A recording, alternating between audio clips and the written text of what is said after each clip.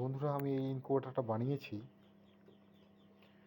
যাদের ইনকিউবেটর বানার খুবই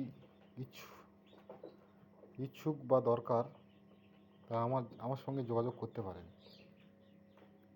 কিভাবে বানিয়েছি সেটা ডিটেলটা আমি বলবো। আমি ডিম দিয়েছিলাম, কিছু হ্যাচিং হয়েছে, কিছু হয়নি।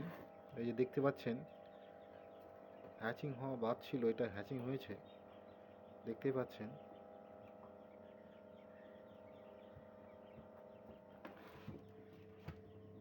এটা একটা এখানে দিয়েছি, হ্যাচিংয়ে হিটে দিয়েছি, এগুলো দেখতে পাচ্ছেন।